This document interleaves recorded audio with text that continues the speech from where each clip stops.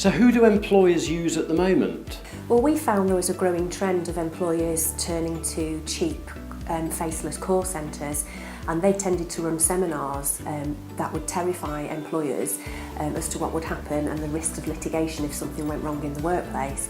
And employers, surprisingly, were tying themselves into contracts for 3, 5 or even 7 years.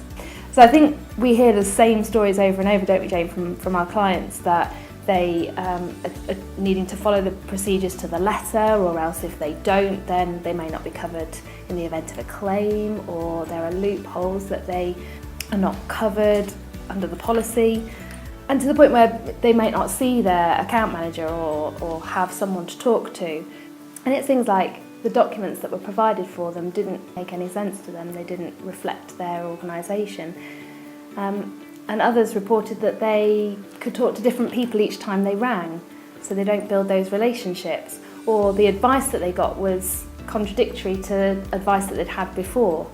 And some of the procedures that they had to follow were protracted, and therefore HR became a real sort of pain. It was painful to manage HR.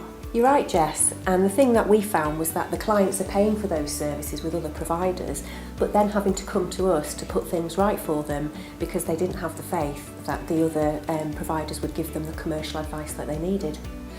So we just felt there had to be a credible alternative to the faceless call centres or the HR consultants that could only advise up to some point before then having to get legal advice themselves.